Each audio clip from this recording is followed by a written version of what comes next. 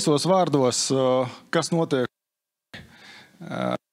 Šos jums pašķirt ne tikai vandas istabas aizkariņu, bet pavērt nedaudz plašāku apvārsni. Ja? Tātad globālā misija man pašķir, vai es varu kādu lūgt? Ja? Reku tas aparāts. Vajadzētu būt, ka ir aparātiņš, jā, droši. Ņemšu ciet. Tā būs ērtāk. Tātad tā mūsu globālā misija ir tāda, ka ūdens pēc lietošanas visticamāk ir jātīra, tāpēc, ka dabā nonākot veidojas tāds visiem zināms process kā eitrofikācija un visas tās piesārņojuma daļas, kuras mēs novadam ar jums kanalizācijas tīklā, citiem augiem, viņas ir kā barības vielas un zināmā mērā mainamies. Halo, tagad dzird, ja? Zināmā mērā tās ir kā barības vielas zaļai masai, un tad, kad viņi nonāk atklātā ūdens tilpē, paceļoties gaisa temperatūrai un ūdens temperatūrai, veidojas apstākļi, kad šie augi ļoti labprātīgi uzņem šīs te vielas un savairojās, un tad pēc kāda brīža atmirstot veido bezskābekļu zonas, un zivis nelabprāt izmanto šādas te ūdens tilpes.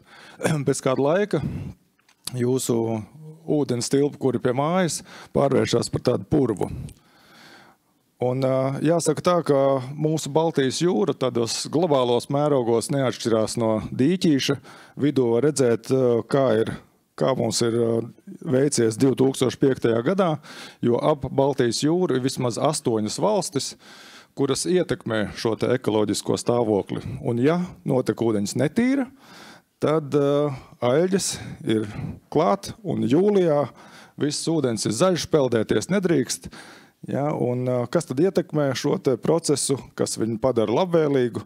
Tas ir ūdens, vai viņš ir sāļš, vai viņš ir saldūdens. Ja paskatās starp Zviedriju un Somiju, tad tur ūdens ir Baltijas jūrā diezgan pielīdzināms saldūdenim. Ja, tas ir saistīts tikai ar to, ka nenotiek ūdens apmaiņa, un ļoti liela ietekme veicina šīs te upes, kuras nonāk tur. Turpretī Katagats jūras šaurumā ūdens jau ir sāļš, un tur šie te eitrofikācijas procesi ir lēnāki. Te varēja redzēt, kā tas izskatījās agrāk. Mūsu Rīgas jūras līcis bija diezgan sarkans, un Helkom veidoja tādu karsto punktu sarakstu, kur kādu laiku atpakaļ, pateicoties tām aktivitātēm, kuras mēs darām, tika atcelts šis karstā punkta status Rīgas pilsētē. Kur nonāk viss notekūdens pēc tā, kad viņš ir izlietots un savākts kanalizācijas tīklos, tās ir bioloģiskās, jā, mēs esam uzdevuši jautājumus lietotājiem uz ielas, un viņi saka, kaut kur zemē.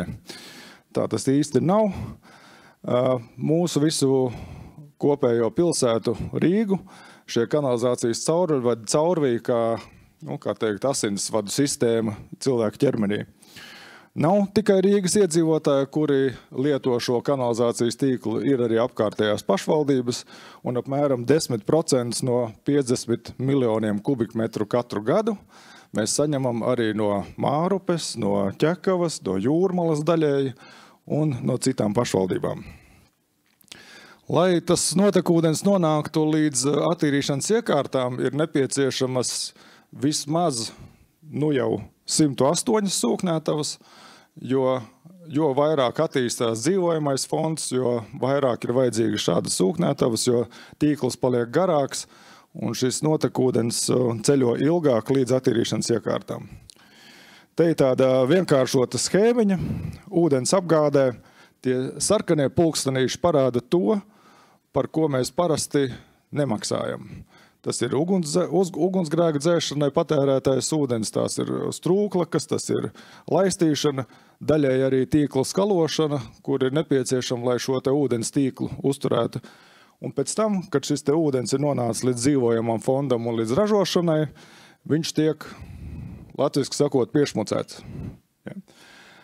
Savukārt piešmucētais ūdens mums ir jāsavāc kanalizācijas tīklos, un tad veidojās vēl daži procesi, ar kuriem mums ir jārēķinās. Tas ir lietus un nokrišņu kušanas ūdeņi, kur daļēji nonāk mūsu kanalizācijas tīklā. Un ja betona akas vai cauruļvadi ir korodējuši, tad visticamāk, ka nonāk arī daļai gruntsūdeņi, un tos procesus atkal sauc par infiltrāciju un eksfiltrāciju. Līdz ar to jāsaka tā, ka notekūdeņus mums nākas tīrīt vairāk, nekā mēs padodam tīklā dzeramo ūdeni. Kā mēs zinām, kā mums jātīra ūdeņi? Mēs esam skatījušies un zinātnieki sen jau izpētījuši, kā katra cilvēka fizioloģisko sistēmu, un mēs viņu nevaram īsti apmānīt, jo katrs cilvēks apēdot kaut kādu zinām daudzumu barības saražo arī šo te piesārņojumu, un tas ir apmēram 100 grami dienā ogleklis, kas ir izteikts kā ķīmiskais skābekļa patēriņš. Sarežģīts nosaukums, bet principā tas ir tik, cik mums ir jāiedod enerģijas, lai šo te notekūdeņu vispār attīrītu. Ja, un paralēli skatāmies uz slāpekli. Slāpeklis ir 10 grami no katra iedzīvotāja diennaktī, un fosfors attiecīgi 5 reizes mazāk.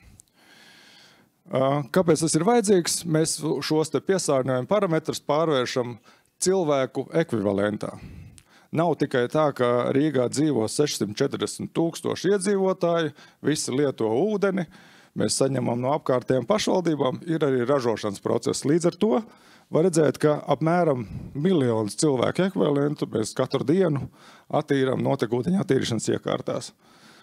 Ir pirmais, otrais, trešais stabiņš, kurās ir tādi nesaprotami cipari, bet pēc būtības tas parāda koncentrācijas, ar kurām mums jārēķinās, tādas koncentrācijas, kuras mēs spējam izvadīt ārā vidē, ko mums prasa ministra kabineta noteikumi, un skatoties uz šīm te mazajām koncentrācijām, kas ir mērāmas miligramos litrā, tik un tā, sareizinot ar 50 miljoniem kubikmetru gadā, veidojās zināms daudzums tonu piesārņojumu, ar kurām Baltijas jūrai ir jātiek galā pašai. Bet atceramies, ka mēs neesam vienīgā pilsēta un neesam vienīgā valsts. 8 valstis dod uz Baltijas jūru šo slodzi. No 91. gada mēs strādājam jau, nākošais gads būs 35 gadi, un mainoties normatīviem, mainoties prasībām, mēs esam veikuši vairākus uzlabojumus, un es pilnīgi noteikti zinu, ka nākošie uzlabojumi būs jau no nākošā gada, jo pagājušā gada novembrī ir jauna direktīva, kur atkal prasa mums daudz stingrāk tīrīt. Kas jāzina? Priekš tam mums ir laboratorija, mēs veicam vairāk par 20 dažādiem mērījumiem un analīžu datus izvērtējot, mēs saprotam, kādas tehnoloģijas pielietot. Ūdens, pirms viņš nonāk līdz tādai bioloģiskai apstrādē, viņš ir mehāniski jātīra. Mehāniski tas nozīmē, ka mēs viņu izfiltrējam visu, kas ir lielāks par 3 mm. Un, ja kāds saka restes, tad varētu domāt, ka tās ir restes priekšā logiem vai kaut kāds mašīna priekšējā resta, bet īstenībā tas ir tādas stabilas, lielas, 2-tonnīgas iekārtu kopums, kur strādā automātiskā režīmā, un cilvēkam vairs nav kā senos laikos ar grābekli, jāmārc ārā šmucis, bet tas viss notiek diezgan tādā sakārtotā manierē. Ja? Tādus atkritumus mēs dienā izmakšķerējam apmēram 7 tonnas. Pēcāk es jums parādīšu, no kā šie atkritumi sastāv, un varbūt, ka jūs mums varat palīdzēt. Pēc šī te procesa notiek smilšu atdalīšana no šī te notekūdens, jo viss tas, ko izkaisa uz ielām ziemā, tas neizbēgam nonāk kaut kur, un daļa no tā nonāk kanalizācijas tīklo, un šīs smilts atceļo ar sūkņu palīdzību arī līdz attīrīšanas iekārtām. Pirmajā nostādināšana, tas ir kā kafijas biezums nostādināt, un tikai tad notekūdens ir mehāniski sagatavots nākošam procesam aerācijas baseinos, kas ir bioloģiskā notekūdeņu attīrīšana. Ja? Šim procesam vajadzīgs ļoti liels daudzums enerģijas, tas ir skābeklis, lai šo te skābekli iepūstu iekšā šajos aerācijas baseinos, ir daudzas mazas tādas membrānas izvietotas, kuras sadala šo lielo gaisa daudzumu smalkos, mazos burbulīšos, jo baktērija no gaisa nevar ieelpot. Viņai vajag izšķīdušu skābekli. Ja? Un šīs iekārtas funkcija ir caur 23,000 šādu membrānu sadalīt šo skābekli, lai viņš būtu pieejams baktērijām. Vielas nezūdamības likums. Piesārņojums, notekūdeņi, tīrs ūdens, kaut kas paliek pāri. Tās ir šīs te bioloģiskā dūļu masa, kura pieaug procesā un kura veids šos te attīrīšanas pasākumus. Respektīvi, tā kā mēs cilvēki ēdam burkānus, bietas, gurķus, tomātus un vairojamies. Tad, kad mums paliek par daudz, tad tās dūņas ir jādabū nost no procesa. Bet pirms mēs viņus dabojam pirms mēs nonākam pie diezgan liela dūņu pieauguma, mums ir jāsaprot, kā viņas jūtas. Un mēs sekojam līdz dūņu veidiem, dažādiem parametriem, kas liek mums secināt, ka viņas labi jūtas, ka viņas elpo un ka viņas veic savu darbiņu. Un tikai tad mēs varam nonākt pie tāda standarta slāpekļa konvertācijas cikla, ja, jo no jums saņemtais piesārņojums atnāk amonija formā, tad mēs iedodam daudz skābekli, un tas amonijs tiek nitrificēts, iegūstot nitrītus un nitrātus. Ja. Pēc kāda brīža mēs atņemam šo skābekli nost, un slāpeklis iziet gaisā. Kura ir lielākais gāzes īpatsvars gaisā?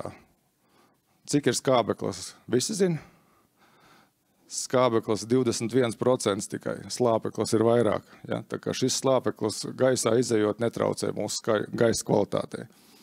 Šit ir tāds interesants grafiks ir ar to, ka mazās pilsētas vai ciemi šobrīd neattīra pilnībā visus slāpekļu savienojumus, un redzat to zilo līniju apakšā, tās prasības ir vērstas uz organisko oglekļu, un pamatā tas ir bioloģiskais skābekļu patēriņš, kura attīrīšana jāveic, lai dabai traucētu mazāk.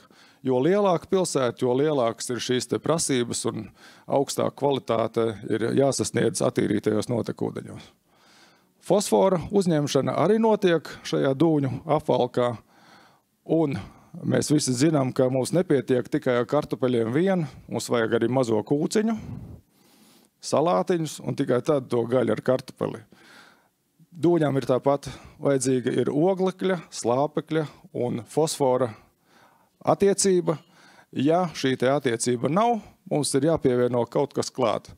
Un dažos gadījumos mēs dodam baktērijām padzerties tehnisko spirtu, metanolu un ziemas laikā, lai viņas varētu aktīvi strādāt un turpināt. Kā mums veicies pa gadiem? Pa gadiem mums ir veicies kā pa kalniem. Te var redzēt un sekot līdzi arī mūsu investīcijām. Šobrīd jau mēs esam virs 90% ar savu attīrīšanas efektivitāti un nākotnē ceram uzlabot viņu vēl vairāk. Tonnas, kas ienāk attīrīšanas iekārtās, ko mēs novēršam šī te piesārņojuma nokļūšanu līdz Baltijas jūrai, un tomēr tās tonnas, kuras Baltijas jūrai ir jātīra pašai. Cilvēkiem pakalpojums paliek pakāpeniski dārgāks, tarifu zina visi, vai arī nezina neviens.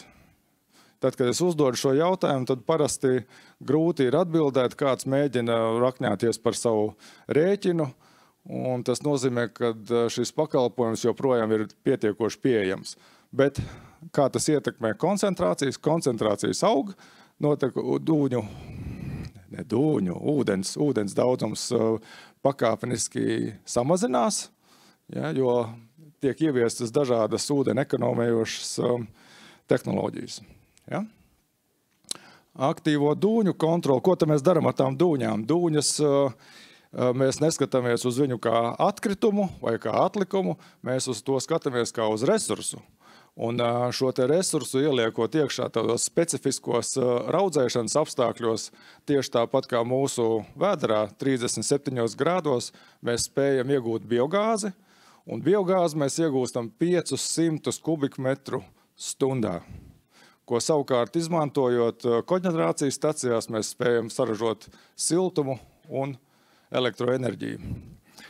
Pēc šī apstrādes procesa dūņas paliek pāri, un tad, jau kā jaunie zinātnieki un jaunie pētnieki jums iepriekš stāstīja, tiek veidots augsnei labvēlīgs materiāls, ko izmanto jau augšņu uzlabošanai un mēslošanai. Pirms tam, protams, veicot veselu kaudzi ar dažādiem pētījumiem, agroķīmiskiem rādītājiem un smagiem metāliem.